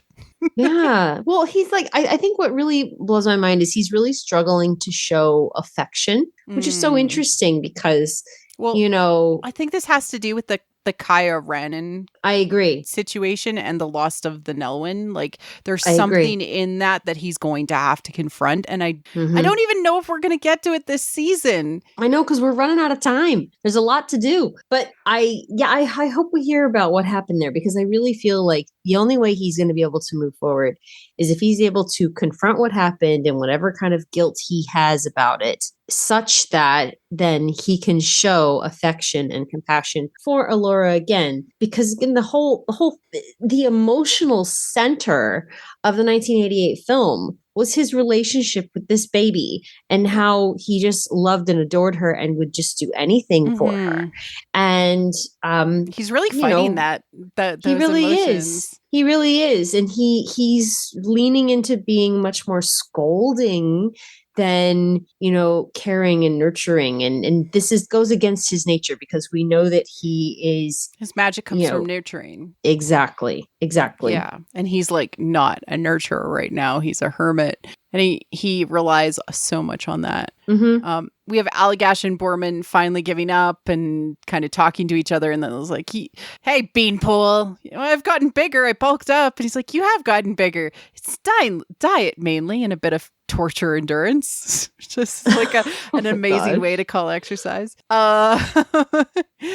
And, Borman turns around and is about to kill Allagash, and Kit saves him. So this is important because Allagash is now presenting himself as both the father in place of Mad Mardigan to both Kit and to Borman. And Kit is deciding to step in the way of her brother killing her father. Yep. Oof. Okay. Big stuff. But this is the point. It gets us to the point, which is you were his squire and you left him to die. This is Borman's shadow and his shame and his guilt, and this is the secret that he has long since buried. But this is what needed to be revealed, just like the hidden doorway, for him to grow.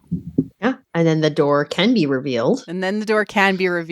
It's the hidden knowledge of self, the things that you don't want to look at, that are always the hardest to see. And it's very Indiana Jones, this whole part, right? Like this, and then the Wigglesheim big head, which is big heads being knowledge. And we even get a full-on riddle. Oh, 2 riddles, no less. Wigglesheim says, through the ages unremembered, I have tested those who entered seeking fortune, fame, and glory, hoping those might change their story. But the greatest treasure I have ever found is love and laughter all around. And Allagash says, what a lovely sentiment. I agree, Allagash. It is the greatest. Like, he's basically saying, like, family, friends, and love. Mm-hmm. He's saying that whatever you're here for, you're not actually going to find it inside the tomb. Mm-hmm. Yep. If by chance you don't reply, in my tomb you all shall die. And Laura's like, did she just say he's going to kill us? But then the door closes behind them. Yep, that's what he said. Yes. It's more just they'll die from not being able to truthfully understand the riddle. Did you understand these riddles? I wanted to ask up front. I mean, I think so. So I have feelings about it. The first one, again, I really struggle to think about it outside of the context of Star Wars and the preoccupation with family names. So I definitely was focused on that. And then with the second one, it was a very obvious foreshadowing for what happens a minute later when she's like, he left his sword. Well, you can't take anything not in there. Yes. I do think that there is something going on here, which is related to identity. So you are given names, and that is in the riddle, right? So I pass from sire to heir, and to each brother's takes his share, a gift or a curse I may be, but used by others more than thee. So a name, Jade answers, as she has just discovered this aspect of her identity, that she is from the House of Kale. Right. So she's the one who answers that. It's important because names are something that we can't control, although we can change them. We can shapeshift. We can change our identities by changing our names. And that's actually quite a significant part of identity and transformation. And it's something that we called out that Kit actually needs to learn. She needs to lose this name that she is associated with. She needs to separate herself from her parents to grow. Yep. She needs to stop saying Tantalos and say just Kit. What beggars have, wise men crave, but both shall take it to their grave. Okay, so it is nothing, and it takes them a really, really long time to understand this. But this is really important in life, death, life, rebirths. Mm-hmm. In that you have to have nothing to be reborn. You have to get to your lowest point and be stripped of everything. Yeah. And it's at this point that Allagash says that he is the world's last greatest troubadour. It's at this point. So we call back to the start of our conversation that you've been listening to for a very long period of time. Little monkey, come and sit across my lap. I'll pet you, run my fingers through your hair. Okay. He has been seeking his bliss throughout this whole thing, but is completely distracted by the promise of whatever this is. Whatever this is, he immediately jumps in and goes to, the mouth open, right? He's like, I want to be a troubadour, but he is more than willing to drop that because he is totally distracted by this greed and this call to power. And immediately as the mouth opens, you seek what you find, and it is the crone doorway symbol in the back. And the treasure itself, it's very Indiana Jones, right? Like you're not supposed to seek immortality, but if it finds you, it's okay. It's so weird. It's so weird. What did you think of this? I thought it was fascinating. I thought it also showed a lot because Allagash and Borman immediately rush in and start just ransacking the place, looking for the cuirass. And when they find it, then they're outside, they're fighting over it, tussling over it. And Kit, who, keep in mind, at this point has heard about this, mythical thing that her father went off on this quest to find and how important it was and what it's capable of. And all. She's heard nothing but that the entire time. And she does not care. Doesn't look at it, doesn't show any interest in it, does not care at all that they have found the thing. And instead, she's still looking for her father. And so she goes in and she finds the sword, which she personally recognizes because she remembers him wielding it. And remember what Eric said about what a great swordsman his father was. This is something that they both associate with their father. This is his power. This is... Right. Yeah. This is his legacy. This is his name. Yep. Yes, exactly. Yeah. So this is the piece of him that is left for her. The only thing she really wants if she can't have him. And then, of course, she does still want him. So she tries to, go to him because she hears him calling to her. Which, of course, we think is not him. It's the crone calling to her. And we have this amazing Powerpuff Girl moment. Yes, with all three of them. Allura and Jade. And Allura is like he's not there. You can take nothing with you. Reminding, this is beyond a veil. You can't come back from this. This is not something that you can go into. I.e., Kit, you're still a damsel. Yeah. But they have to drag her back. But then the reason that this whole sequence is important about seeing Allagash and Borman fight over the cuirass and then seeing Kit have just zero interest in it whatsoever is that by the end of the episode, what we've seen is that Allagash says the cuirass did not work for him. Tosses it to Borman saying, well, maybe it'll work for you. And I think what's going to happen is it's not going to work for Borman either, but it will work for Kit. Yes, it needs to work for Kit. Yeah. Because it's, and it's sort of like she doesn't want it, and so it's going to work for her. Yes, situation. Exactly. Yeah. Exactly. So it came to her, it found her. Allura and Jade save her. But I did want to talk about Mad Mardigan's voice. Yes. Because it needs to sort of be paired with what Allagash says later. Yep. Right. So, and this was, of course, Val Kilmer's son that voiced Mad Mardigan, which was really great. We don't know if it's the crone or not, but it's presented in such a way to say, I need your help, Kit. Kit, I need your help. But Allura and Jade pull her back. And later on, we get the moment where Allagash reveals why he thinks what is the useful knowledge? What is the boon that Allagash is passing on to Kit? It's the knowledge that if he did cross paths with either her mother, her brother, or her, that he would be able to tell them that if he went down in this fight, they would be the ones, she would be the one who would be able to protect what's most important up here. So down below, the fight is the same as above. Okay, so that's really important. That protecting Elora Danan is the same fight that Mad Mardigan was going in on. And that Elora was most important. Elora being the world. There's a symbolic thing happening here.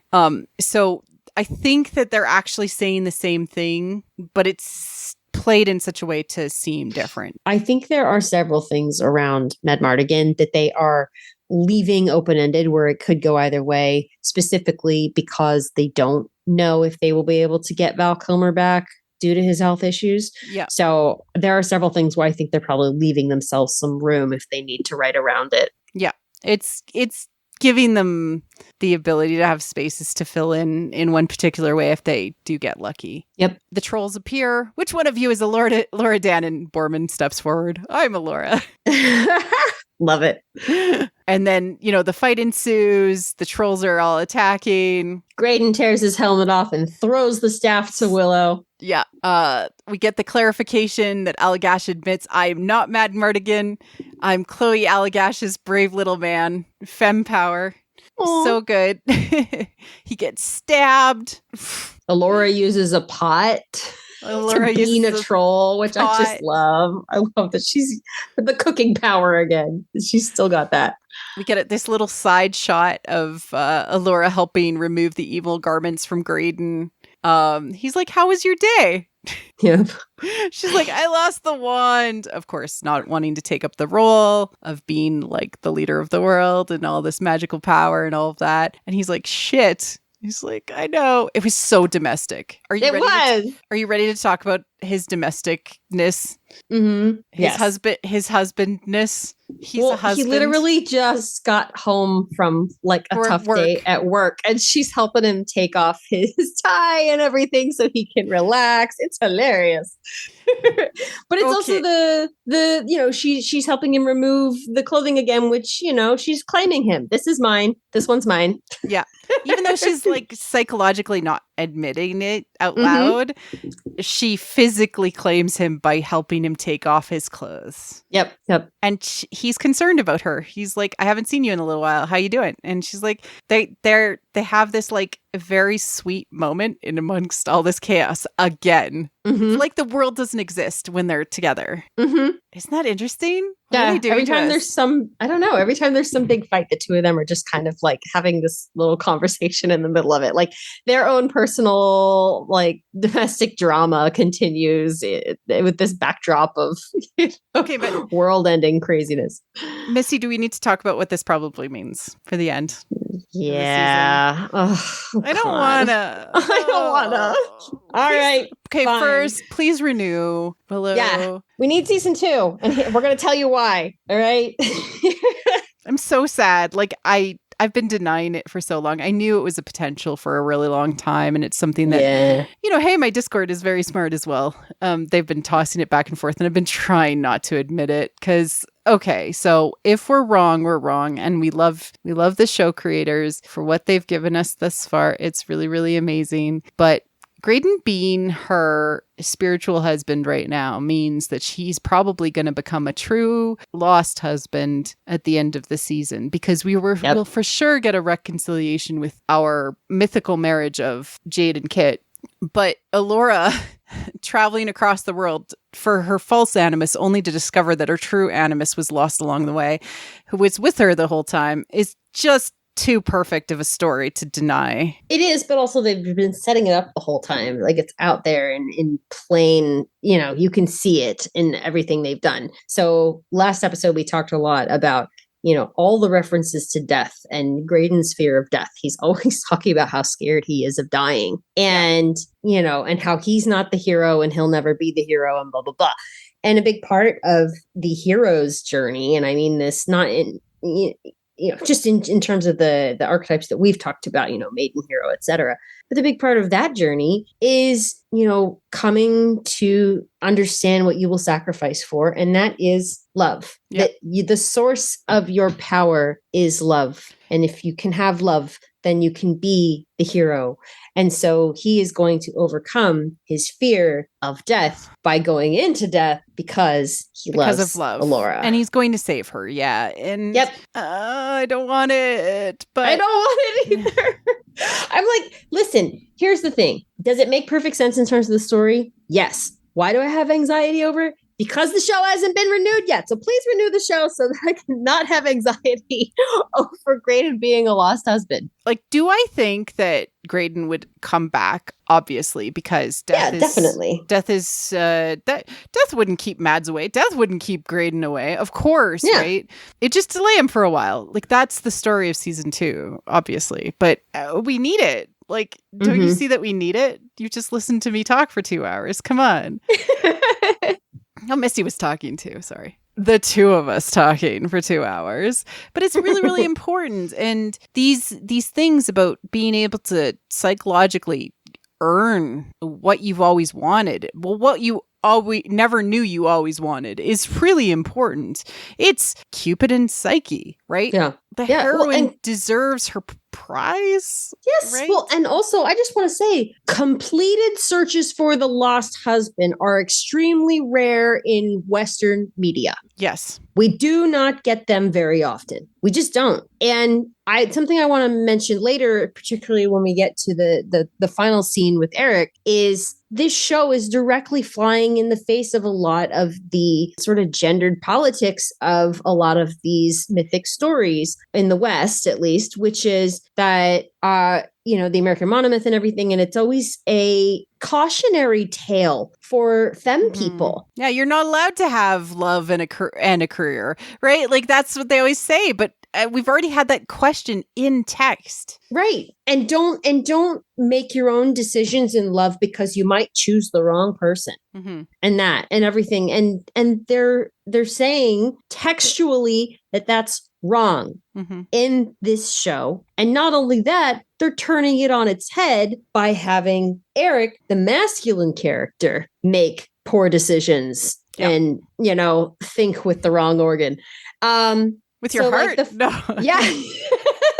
So that's the point, right? Is that's what they're doing with this show. And so that tells me that if it goes the way we think it's going to go, and then they give us a season 2, which they should, then we will get a completed search for the lost husband. And I don't know how to tell people who are not plugged into this part of the culture and the zeitgeist. We are desperate for it. Yeah, we are thirsty for it, hungry for it. We need that. We need to see this powerful goddess going and getting her mythical husband back from the underworld. She needs to do it. She needs to complete that journey. It doesn't happen often enough, and it's so important. It's really important psychologically, because it's a metaphor for depression. It's a metaphor for somebody being lost in themselves. There's a lot of psychological things that it can scaffold people as they feel the seeds of the story being planted inside of themselves. And that's why we need a season 2. Yeah, please. We're asking nicely. All right. We have Allagash fighting for his life as everyone else is escaping. Or he shows them the way out through this like hidden gate.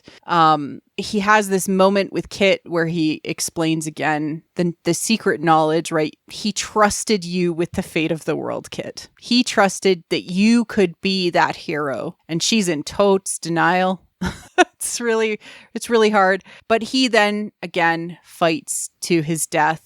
He was already metaphorically dead. Yep, it is very Luke from The Last Jedi. Yeah, but specifically what I want to say made this a great scene in my mind, despite some issues I have with it. This is my favorite use of the Willow main theme. Oh, it was great. Yeah, it's so good. It sounds fantastic. I loved it. Oh, it's great. There was great uses of like the main theme throughout this, but it was like, it was like subtle and like cut off and like not quite. I really want to examine the music. I don't know if I'll have the time. It'll be really fun if I can figure that out. That would be amazing. I noticed it a lot more in this episode than I did in the other episodes. The score specifically. In the other episodes, it didn't stand out to me as much. And in this one, I was like, oh, I love the way they use it. I can hear Alora's theme almost all the time now. Yep. Mm-hmm. They all slide down the garbage chute. Another A New Hope reference. I love it. Into the garbage chute, fly boy. Yes. It's like literal garbage. Like, I know. And then they look across this, like, it looks like kind of a lava lake. It kind of looks like a lake. It kind of looks like a glass lake, I guess. Mm-hmm. It's got that shininess to it. It felt very TLJ, like the Crystal Caves a little bit. They have this moment, Borman and Jade have this moment. I hope to hell she made it out. And Jade is like, yes, I know she did. And it was very like Return of the Jedi for me. Yes, I loved it. I really did. That was so sweet. And I was just happy that they didn't forget Scorpia. Yeah. At the end of the episode. They mentioned it. Yeah. So before we get into this scene, another thing I want to mention about the lake is, as we've said, there's a lot of Dante's Inferno going on in this whole episode. And in particular, this is like the frozen lake at the lowest layer of hell. And that's Lake, I think, Cactus. I don't know, probably saying it wrong. Sorry, guys. But this is where Dante discovers Ugolino, who is in prison with his children, who offer him their flesh so that he might not starve. We're still getting the consumption of children motif here, all the way down, at the bottom of the Skellin mines. Yeah, I don't think that's accidental. Again, it's everywhere. But it's a fiery lake, and it's the lowest level of the subconscious because there's all that trash there. This is just where things have been dumped. These are the things we want to forget, deny. Yeah. We toss them down here. We talk about baggage, shadows. All of that is the same thing. It's all there. This is our garbage that we don't want to deal with. And then we see, because one of these, big stalactites falls down or whatever, that when something falls through, the lake closes over it. It is, again, it's the denial of feelings, pushing them down, ignoring them. Just, you can't see them anymore. They're not there. And they're even harder to reveal that way. Yep. And it sets up, of course, this final confrontation. And Graydon says, I think I see a way out. Isn't that interesting? Mm-hmm. Yes. They all start to walk, and then they call to Allura. And this pisses off Kit. Mm-hmm. And she's like, why is it always you? And we hear the words, right? Mm-hmm. Yeah. She tells her to stop it. First, she tells her to stop it. All that power and no self-control. I was trying to help. I heard his voice. He was calling to me. Oh, right. So she wanted him to care about her alone. We already talked about this, right? Why is it he chooses you instead of me every time? I actually cried, at this part. Like, it's, full on tears, not like just a little, so blubbery, but I was, a mess. Allura is the witch that has captured her father in this. And if we stay, we're both going to. And Allura makes this happen. She really prophecies important. Again. Yeah, this is prophecy. She's essentially trying to kill Kit. Not purposely. Like, that's really no. But it's like there's too much happening, and she hasn't figured out how to have clarity of path, which is love, bliss, seeking her joy, right? Seeking her trueness, all of that. Kit gets basically not hit, but like near her, the stalagmite falls. Stalactite. It's a stalactite. The water underneath is the subconscious, and Kit gets stuck in it and is unable to leave. This is a big symbolic ruminating. Like, you're ruminating in your own darkness, right? And it's also a rebirth. So there has been a death. Allura killed Kit, metaphorically. And she is now in the womb. She is now in Allura's womb. In Allura's room, specifically. Yes, exactly. That piece of her is trapped, right? So all of this guilt about Kit never having a father is trapped, unable to be given out. And Kit's ruminations about never having a father and blaming that all on Allura is stuck. Kit needs to be reborn. She's at her lowest point. She is at her catabasis. You can go no lower than the lowest level of the lowest level of the hell lake of the lowest part. And dead at the same time. Like literally, she's as low as you could possibly get. It is amazing. Yes. And then Allura finds the wand again. She steps on the wand. Yep. It fell where she dropped it into her subconscious. And Willow tries. He tries so hard. He's like, I'm going to break you free, Kit. I can't do it. And he looks to Allura when she finds the wand. Is like, it has to be you. Oh, my goodness. I love how Graydon is just like standing there. Yeah, he's just chilling. He's like, I didn't want to marry her anyways. Oh, that's sad. No, I'm kidding. Especially because poor Jade is just, she's devastated. Just like, poor Jade. Yeah, we get all of this emotion. I do think Graydon is going to say something to Allura, but we'll see. We'll see how next episode plays out. It just feels like that's key. So she is saying these magic words. Vantage, abor, tumak. Every time they have magic words in this show, I run them through a few different filters. They tend to play very fast and loose with various languages. Yes, they tend to most of the time run a combination of Latin, Gaelic, and Welsh. Oh, so those things are known to go together. I know, right? But if you run it through all of those, you will get some sort of meaning out of it usually. And so in this instance, we have vantage, which is, vantage, view, sight. Abor, hate or disgust. And last of all, tumak, tumor. Oh. So what this says to me is it's something that is festering and she's trying to break it open. It's like lancing a boil. Yeah, I got that vibe when you said that. Yeah. Yeah. She's trying to pop Kit. Yeah. So she's trying to, basically break through this fear and this hatred that she has. Not hate. It's not fair to call it hatred, but just disgust really with her own feelings that she has, and she's trying to break through that to see it truly for what it is, and cut out a tumor basically that's growing inside of her. Oh my goodness. Yeah. But again, this comes down to like, how does she do magic? She does it not in the way that Willow's taught her. So I don't know what's going to happen. I'm really excited. Yeah. I mean, we know she's going to save Kit, but the question is how and who helps her and, what's the outcome? What does she learn in the course of this? Because this is obviously a huge moment for her. Exactly. So I think you mentioned earlier, I don't know if we've called this out yet, but Kit in this moment is her animus. Yes, I didn't call this out, but it is really important that she rescues the part of her that is Mad Mardigan, and that the world is thankful for the sacrifices that Mad Mardigan has made. So Allura being thankful that Mad Mardigan had made those sacrifices, this is an important moment for everybody involved.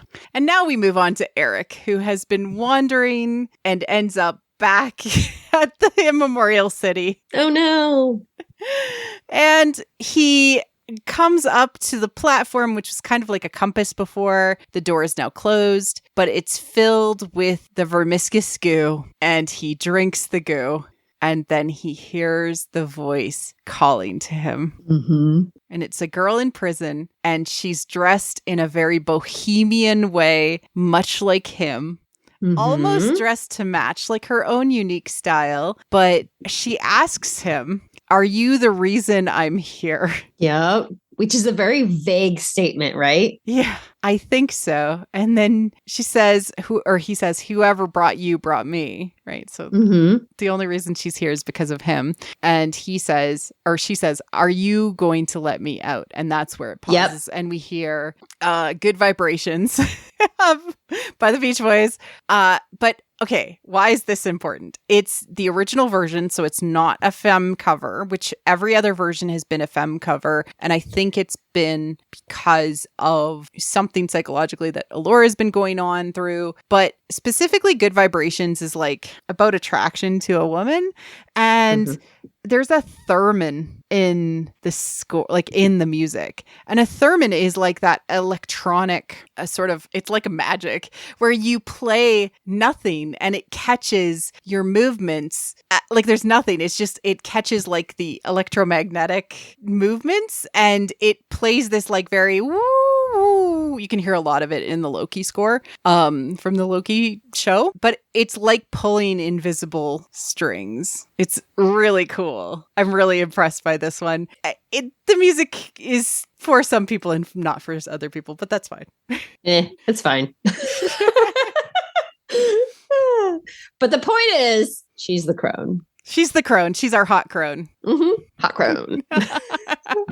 And temptress, right? Like that's really important. She's going to be a temptress. For Eric, it kind of proves what we've been saying all along, that he, Allura didn't represent what she thought he represented to her, things like that. Mm-hmm. So this is the woman who, from the trailer, has his head in her lap, which of course is interesting because of the parallels of like Graydon's head in Allura's lap.